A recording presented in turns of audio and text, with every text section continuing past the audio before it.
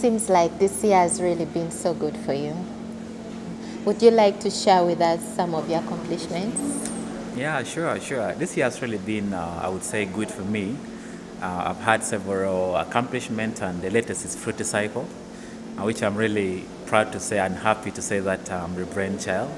So it's an innovation that it solves the problem of post-harvest losses in fruits and vegetables, which currently stands at 45% according to Food and Agriculture Organization of the United Nations. Across Uganda, across Sub-Saharan Africa, and all these developing countries across Asia and South America. So it has really won some awards here and there, and I'm really proud to say that, but not in the awards themselves, but rather the future prospects. I do believe and do expect that in the coming future, this innovation is going to become something that is actually going to reduce post-harvest losses, which shall eventually increase food security across Uganda, across Africa, and also increase farmers' income, and at the same time, offer employment opportunity for youth, youth across Africa, because currently there's a lot of youth who don't actually have where to work or job opportunities. Yeah. Wow, that's really so inspiring. Seems like you're so passionate about this social innovation and social impact. Yeah, yes, I am. I'm really passionate about social innovation and social impact, and I do think that it came from my childhood, how I grew up.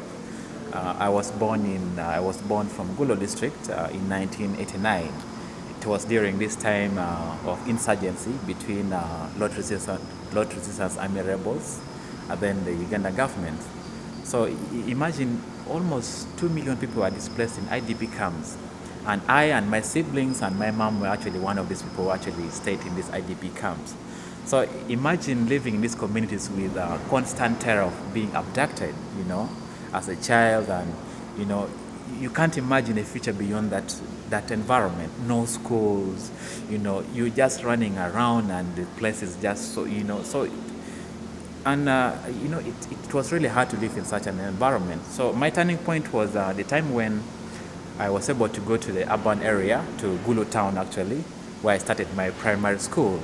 So it's this part of me that wants to do good for other people, and when I do it, I really get this satisfaction, this good within me.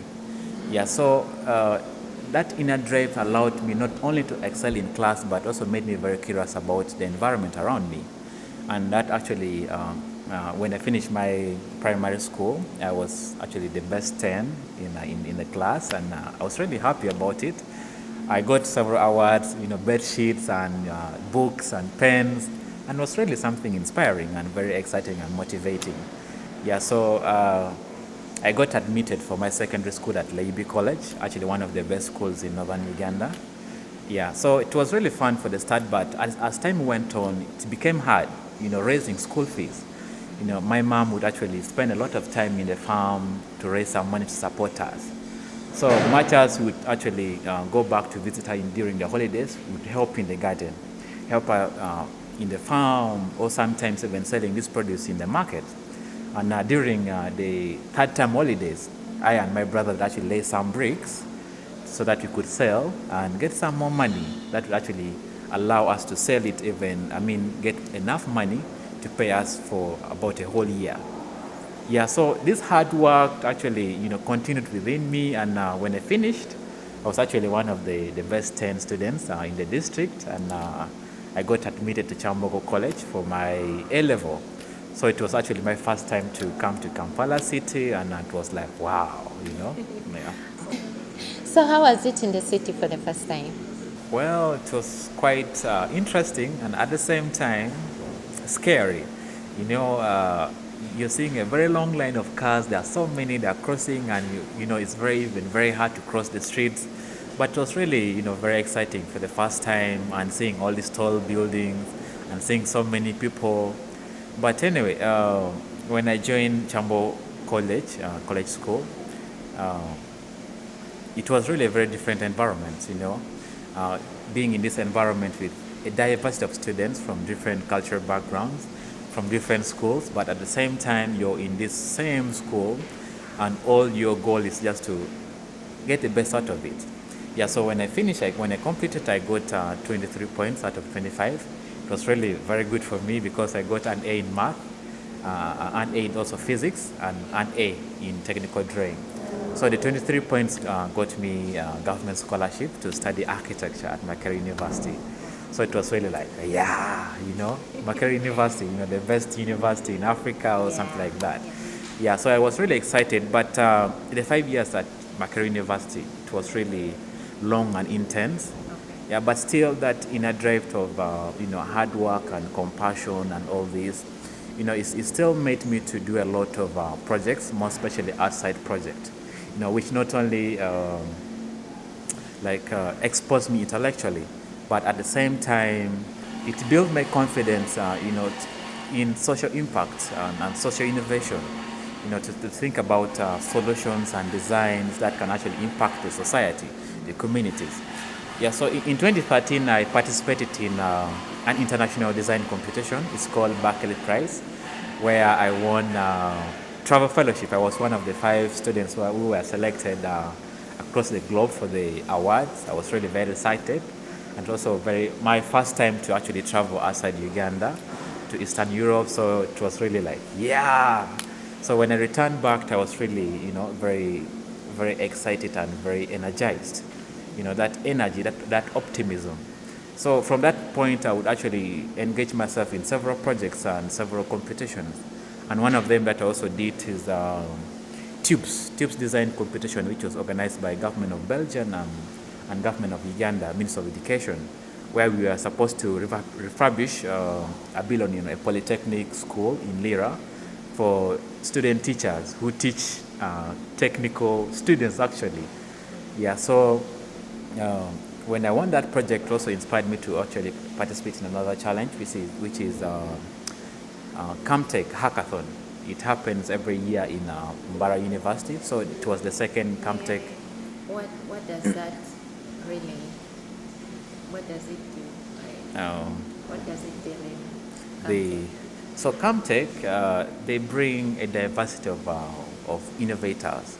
You have social entrepreneurs, you have engineers, you have doctors, you have different people in the field who come together to find solutions for medical problems. Okay. So at that time, I was really interested to come with some solution or idea that can actually help in the health sector. So we are in a team of 5, and we came up with this innovation called it's called Border Book, which was supposed to solve the problem of public accidents in public transportation means. Yes, we won the second runner-up prize, but we didn't have enough money to help us to implement the project, so it just stopped there. So all this exposure, doing all these projects, participating in competition, traveling, and my past experience really informed my final year design project, the Community Museum of Achille Traditional Music and Dance. So the project was inspired by a UNESCO report of 2013, which was about cultural practices with cultural groups with cultural practices at the verge of disappearing, and the Achiles were mentioned among the topmost for at risk. So I had the conviction that creating a platform where youth can actually have the opportunity to learn more about these cultural practices or these cultural activities, more especially youth who are nurtured actually in the IDP camps, would actually help them to learn more, be better youth actually, and also be able to preserve the culture for the future generation. Yeah, so the final year project actually got me awarded as the best final year student by Uganda Society of Architects. Okay. Yeah. So during my final year semester, as I was doing my final year project, I also got to participate in a design competition. It was organized by Makerere University Planning and Development Department. So it was about students coming up with a project, a student center, a space where the different universities can actually come together to interact, to learn more about the university. Yeah, so it was by the student for the students.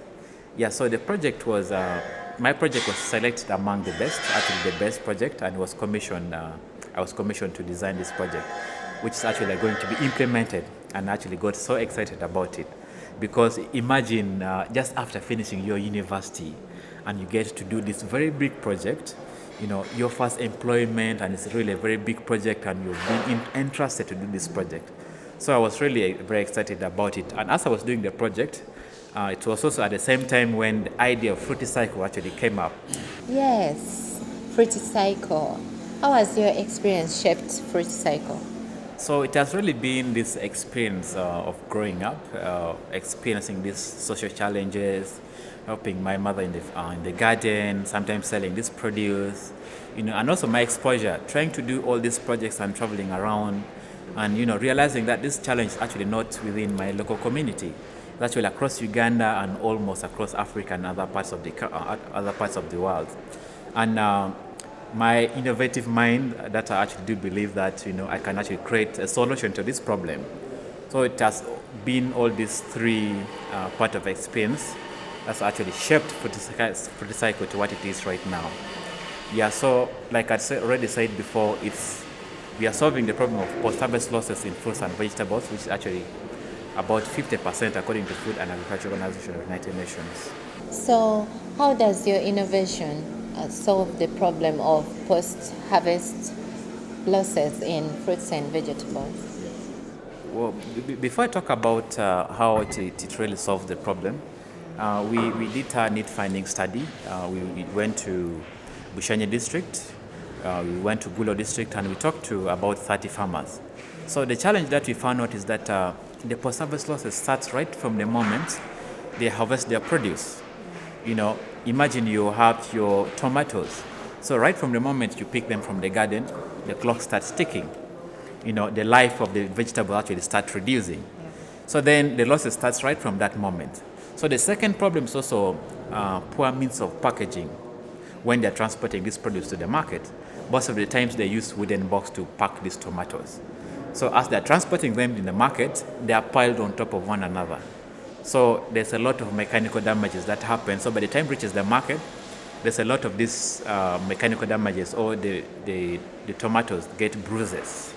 Yeah, for the vegetables like dodo, nakati, most of the times the farmers put them in sacks. So by the time it reaches the market also, the microclimate within that sack, it's really warm. So this produce actually weathers out before, they sell them in the market. So by the time it reaches the market, the quality is actually, very low, very poor. And another challenge is that there's poor means of transportation. Almost 70% of the farmers, they use bicycles to transport. Now, imagine you're traveling 5 kilometers to transport your produce to the market. Not only will you get very tired, but at the same time, you're going to waste a lot of time, going to the market to transport this produce. Yeah, so that's why we came with the Fruiti-Cycle. So with this, we're offering two major values. We are offering convenience in transporting this produce. So we have a unique component of electric motorized system, which allows a farmer to carry 5 times more produce and be able to save up to 8 hours of his time than when he uses the normal bicycle. So this one can actually generate up to 30 kilometers per hour speed, allowing the farmer to actually travel very fast to the farm, to the market, deliver the produce, and actually come back very fast to attend to other activities within the farm. So another unique component of this innovation is the refrigerated storage unit, which is actually powered by solar. So this allows the farmer to keep his produce fresh right from the moment he picks them from the garden during distribution to the point when they sell it in the market. So it helps to reduce the losses to less than 10%, and also helps to boost the farmers' bargaining power within the market, because most of the times when these farmers take their produce to the market and there's already lost some, or the value is actually very low, the market vendors or the people who buy them from the market, they really complain a lot and they lower the bargaining power of the farmers. Yeah, so those are the values that we are offering with this innovation. Yeah, so when I was working on the project at the end of 2015, I came across this international design competition called Thought for Food, offering opportunities for innovations or ideas that would be able to solve the problem of food security, to be able to feed 9 billion people by 2050. The population is increasing, but then food production is actually not increasing. So there's a big question of how can we feed 9 billion people by 2050. So I thought this idea can actually, right fit into that theme of feeding 9 billion people by 2050. But at that time, I needed more team, a multidisciplinary team, so that we could develop this idea to a point where we could present it at an international level. So how many people are there in your team? We are six. We are 6 people in the team. I'm the team leader, currently the CEO. But then there are some other 5 team members who actually, help the project to move on. They are actually the ones who create this project to be what it is. So we have Kevin Akelo. Kevin Akelo has a background in food science and technology. So she's the one who helped us with the research to know what temperatures can we keep tomatoes, for example, so that doesn't go bad, for how long, what are the technical things that, make these things go bad. So we have Nelson Mandela. Nelson Mandela has a business and accounting background. So he's the one who supports the project in terms of finances. How can we manage our finances, our budgeting, and the business model? How can we then best take it to the communities out there, as we also make money. So currently he's working as the Chief Financial Officer for Fruiti-Cycle Limited. And then we have Richard Obonyo. Richard Obonyo is a mechanical engineer. He's a graduate from Chamboko University. So he's the one who helps us with the nitty-gritty details of this engineering, these engineering bits of the innovation. So think about refrigeration, think about the electric motorized system, all those components is the one who helps us with it. Yeah, then we have Rachel Aitaro. Rachel Aitaro has a background in software engineering. So he helps us basically with media, then branding, then how best we could package this innovation so that it can actually be attractive, and at the same time we build our brand in the community out there. Yeah, then the last person in the team is Opio Morris. Morris has a background in fabrication and manufacturing. He studied from Chamboko University. So he's the one who actually helps us in the fabrication, to make our innovation come alive. Yeah, so he's actually a very valuable team member in the project. So with this working multidisciplinary team, we were able to build this project, from idea stage to a point where we made our first prototype. And we were able to share this prototype with the users, the potential users, the farmers. And we got several feedback, which actually helped us to improve on an idea. And we are able to win, take it to the Farmer Award at the Thought for Food Summit, which took place in Zurich in April. So from that moment till today, we have won about 7 accolades, like Les Foundation, where we won $5,000, and then Youth Spark Innovation Grant by Resilient Africa Network, where we also won $5,000, and then OKEA, which is One Health Central and East Africa, we won $600, and then Tony Limula Entrepreneurship Program. We were selected among the 1,000 entrepreneurs across Africa to benefit in Tony Limula's entrepreneurship program. And then we are also selected among the winners of CURAD. So our project actually won the category of best startup. So it was really one of those exciting moments, in the project where you get enough fund to implement the project, to build it until you're able to take it to the communities out there. Yeah. So all these awards, we have been able to raise about $23,000, which has really helped us to move from the idea stage to making the first prototype, testing it in the communities, making the second prototype, and actually doing more research and more need finding with the communities. Because with this social innovation, most of the times you have to work back and forth, share with the communities, come back, make some few changes, and then share again. So this finding has really helped us to do that. So at a personal level, I also collected some accolades, and I'm really happy about it, and it really humbles me, and I believe that shall also inspire other people out there. So I was chosen among 50 top entrepreneurs across Africa by Africa Entrepreneurship Award, with the most significant and sustainable innovation to create more jobs in Africa and to also impact several lives across Africa. And the second accolade is I was selected among 100 brightest young minds across Africa, and I was able to travel to Johannesburg, South Africa, to participate in the the Brightest Young Mind annual summit.